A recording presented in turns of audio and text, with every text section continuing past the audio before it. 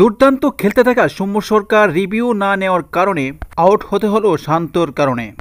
দায়িত্বশীল ব্যাটিং করে যাচ্ছিলেন আজকের ম্যাচে নাজমুল হোসেন শান্ত।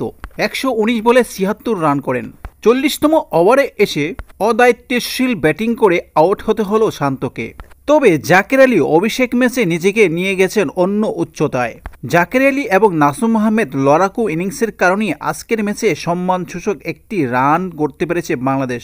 শারজায় আফগানিস্তানের বিপক্ষে দ্বিতীয় ওডিআই ম্যাচে টস জিতে শান্ত ব্যাটিংয়ের সিদ্ধান্ত নেয়। শুরুতেই তানজিদ হাসান তামিম টি-20 স্টাইলে ব্যাটিং করে 17 বলে 22 রান করে আউট হয়। তবে দুর্দান্ত ব্যাটিং করে নাজমুল হোসেন শান্ত এবং সৌম্য সরকার, তাদের মধ্যে দুর্দান্ত একটি পার্টনারশিপই হয়। 35 রান করে আউট হয় সৌম্য সরকার।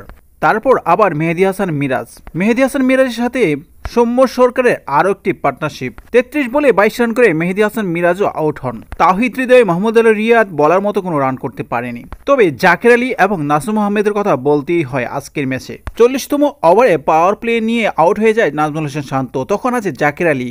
প্রথমে একটু দেখে শুনে খেলতে থাকেন, সাথে আছেন নাসুম আহমেদ। বলারদের উপর চড়াও হতে থাকে নাসুম আহমেদ। 24 বলে 25 রান করেন, একটি 4 ও 2টি ছক্কার মাধ্যমে। জাকের আলী 27 বলে 37 রান করেন, একটি 4 ও 3টি ছক্কার মাধ্যমে। 37 রান করে অপরাজিত থেকে 253 রানের টার্গেট দিয়ে আফগানিস্তানকে মাঠ ছাড়েন। জাকের আলীর অভিষেক ম্যাচে দুর্দান্ত ছিল এই ইনিংসটি, যার কারণে একটি সুন্দর টার্গেট দিতে পেরেছে আফগানিস্তানকে। ক্রিকেটের সব ধরনের খবর পেতে চ্যানেলটিকে সাবস্ক্রাইব করুন। আল্লাহ হাফেজ।